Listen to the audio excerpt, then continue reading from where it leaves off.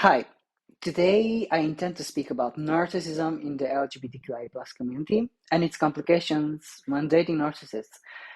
I think we all have certain experiences with narcissists, and we somehow know the implications of dating a narcissist. Yeah. So let's just start from here because I have heard like a lot of times also, yeah, from my friends, from my acquaintances, from this whole bubble that I am in, that a narcissist just hurt me. A narcissist just, yeah, I'm craving a narcissist. I don't know what to do. I just don't have like a corrective experience, you know? So what does this mean, like dating a narcissist?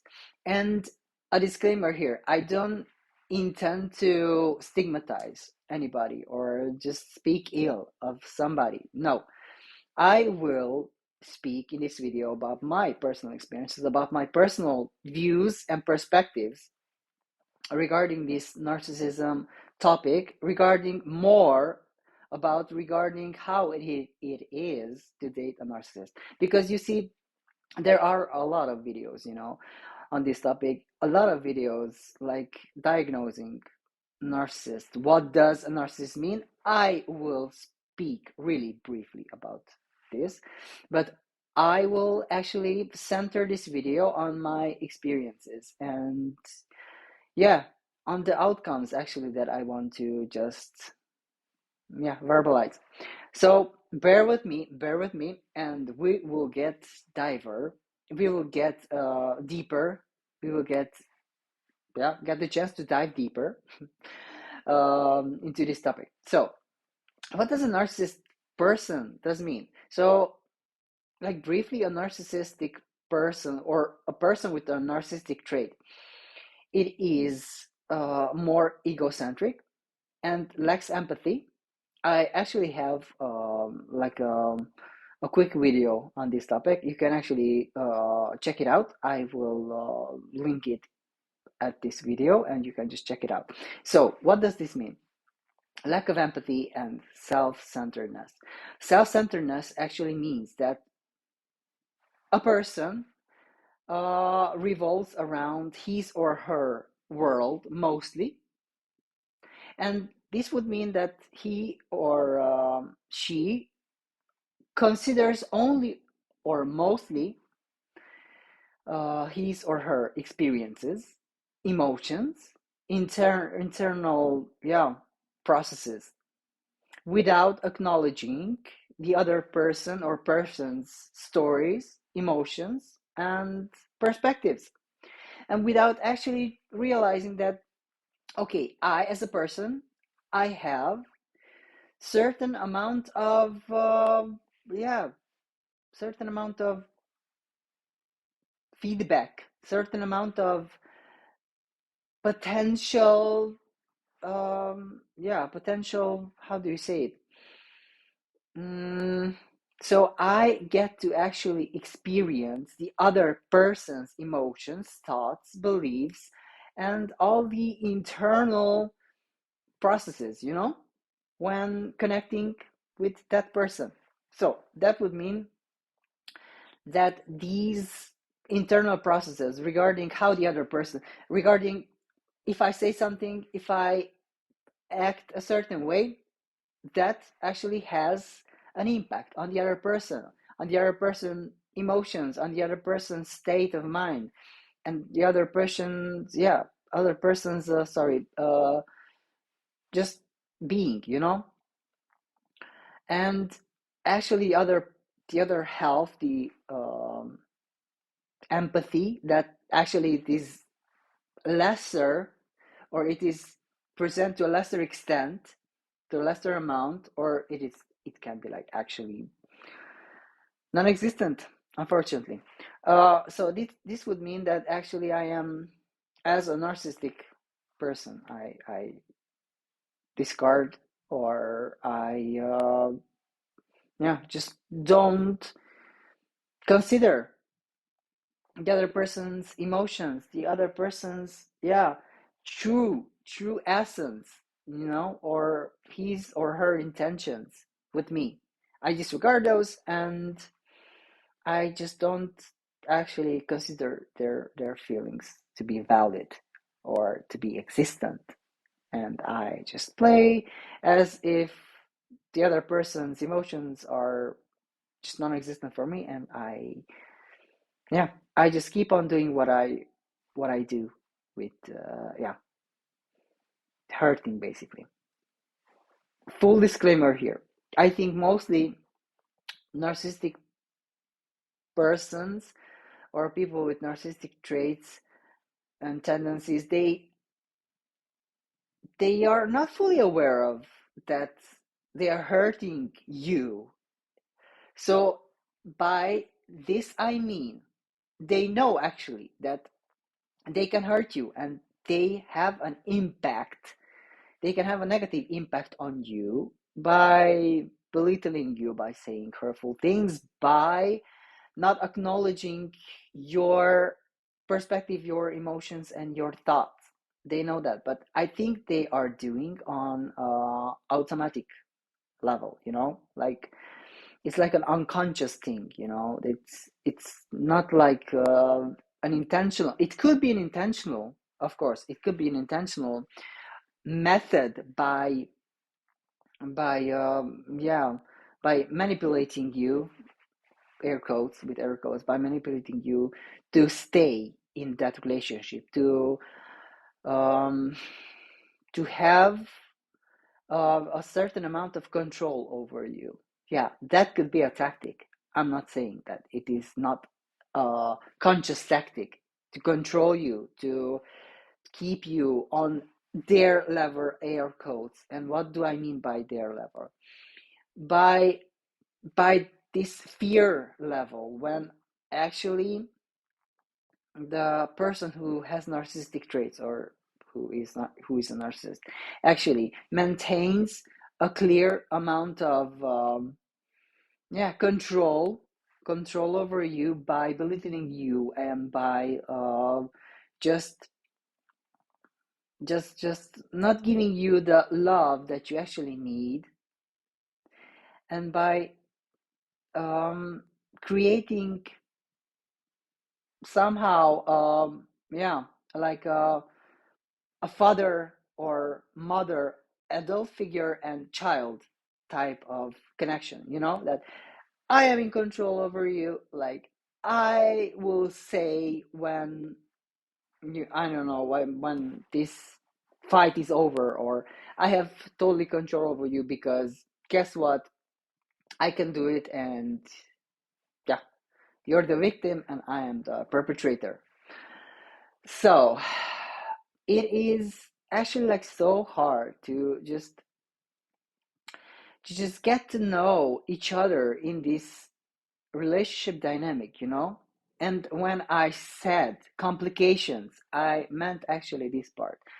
When dating a narcissist, it is like so hard to just acknowledge your true power, acknowledge just the way you are, and just see the situation just as it is, that you are in an abusive relationship with a narcissist actually, who does not want to acknowledge your power, does not want to acknowledge your true self, because they are terrified, because they don't actually, they haven't had in the childhood, or in the early adulthood,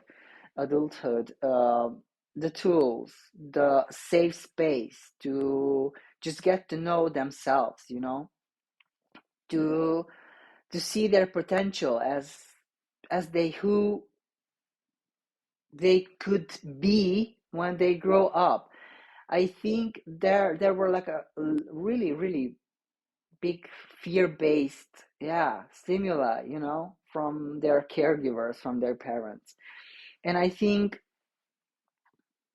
also perfectionism.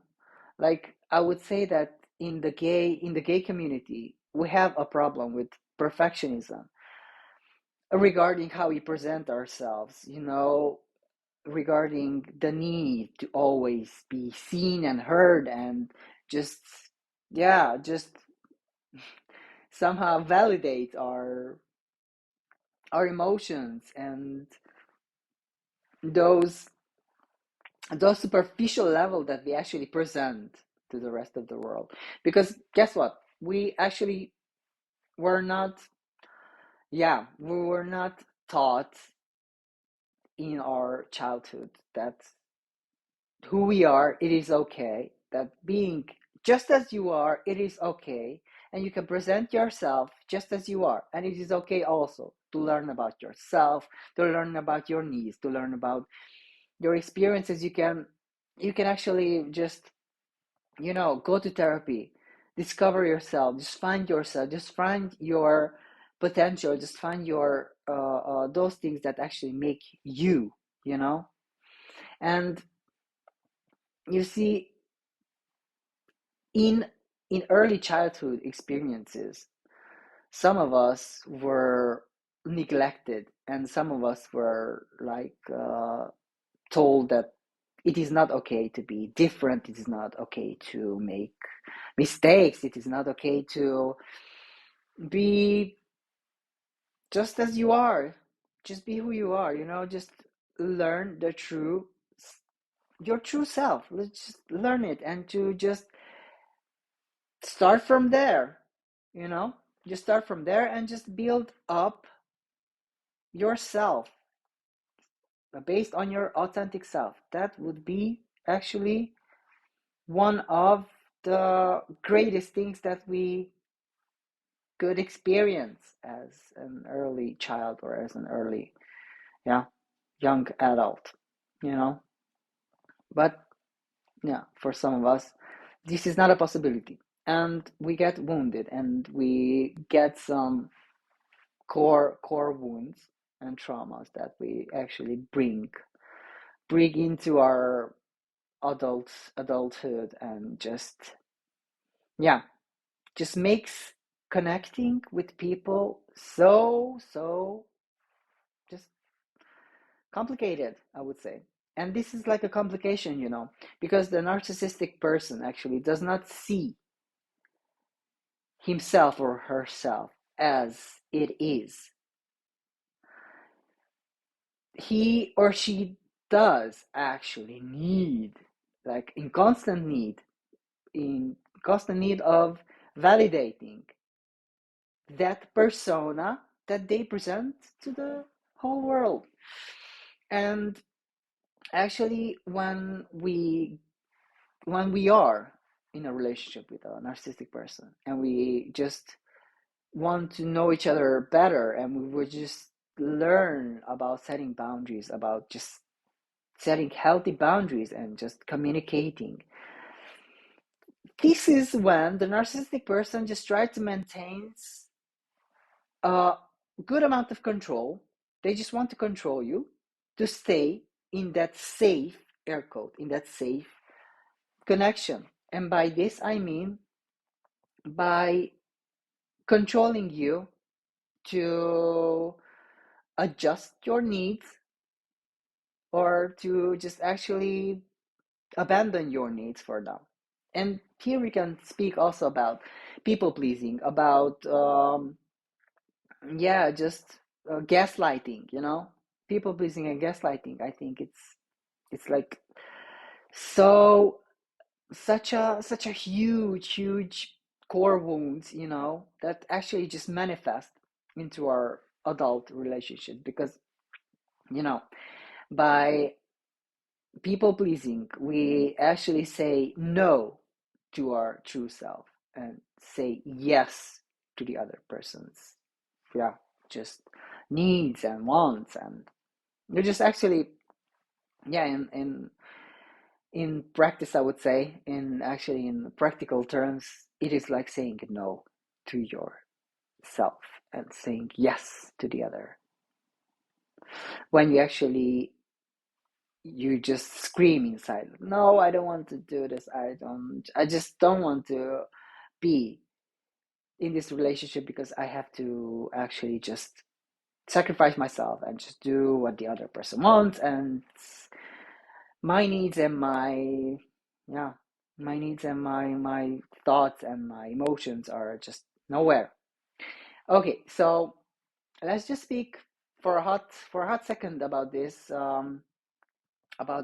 tactic, I would say, about this method, the gaslighting. That it is it is actually one of the methods that the narcissistic person just just somehow it just makes it so easy to just fall into this trap, by actually just creating a false sense of reality. So what do I mean by this?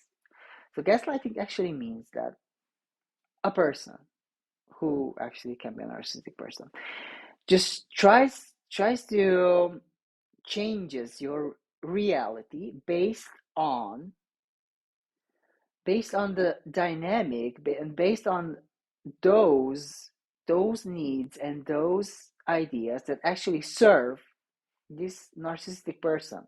So by invalidating your emotions, your needs, and your need to show up as your authentic self, this narcissistic person can actually just invalidate you and change your reality by gaslighting you that no, actually, no, what you feel, it is not relevant, or actually what you feel, it's not real. It's not even what you feel, it's just a false sense of perception. It's actually not real. Like, no, it's not the way you think, it's not the way you perceive things. No, it's nothing like that.